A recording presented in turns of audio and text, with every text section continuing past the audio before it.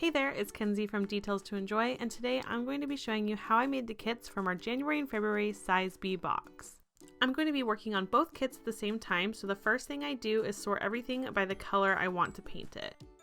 Make sure when you're working on the New Day kit that you keep the centers of your letters. If you have trouble popping them out, you can always use the tack included with the supply kit. Once everything is sorted, I can get started painting. So I have my paint tray and my foam brush, and the color I'm starting with is Cinnamon Stick by Glidden. But you can use any colors that you want and really make these your own by using your own color palette and matching it to your decor. I always choose to keep all of the edges of my pieces black, and to avoid getting paint on the edges, I have very little paint on my brush. I like to work in thin, light coats. The next color I'm using is Copper Beech by Glidden. Be sure to paint the centers of the letters to match the banner piece, and be really careful when working with these so you don't lose them.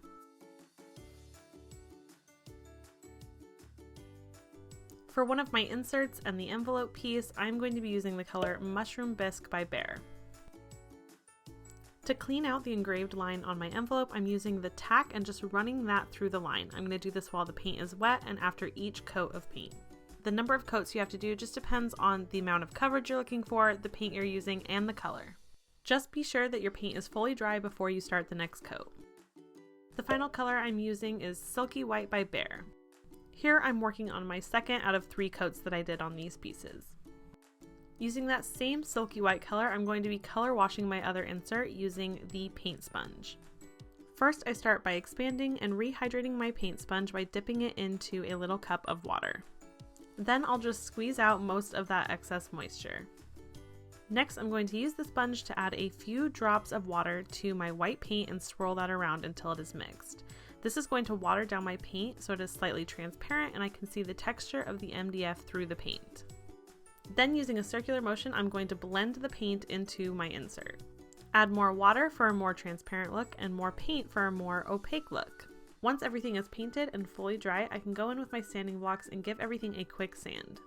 We like to do 2 different kinds of sanding. The first is the smoothing sand. This is where I hold the block flat against the piece and it's going to just smooth everything out. The other kind of sanding I do is a distressing sand, and for this I hold the block at about a 45-degree angle and sand along the edge. This is going to remove some of the paint and really make the 3D aspect of these pieces pop. Make sure you are extra careful when you're sanding the little centers of your letters to avoid any breakage.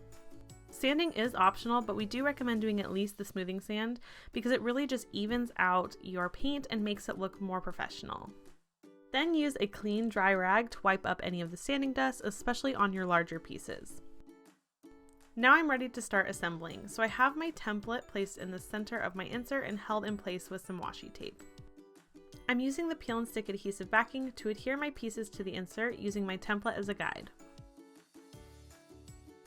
Since the new banner is a little bit different and is in 3 pieces, I'm going to be placing all of 3 pieces into the template before adhering it, and then once I'm happy with the placement, I'm going to take 1 piece out at a time and adhere that. Make sure that you're fitting all 3 of these pieces snugly together and that they're fitting into the rectangle cutout of the template. Once you're happy with the placement of everything, you can press it down to make sure that it is stuck. Now that all of my banners are in place, I'm going to put in each of the letters, making sure to put in the letter center for the letters that need them. Then I can just remove my template.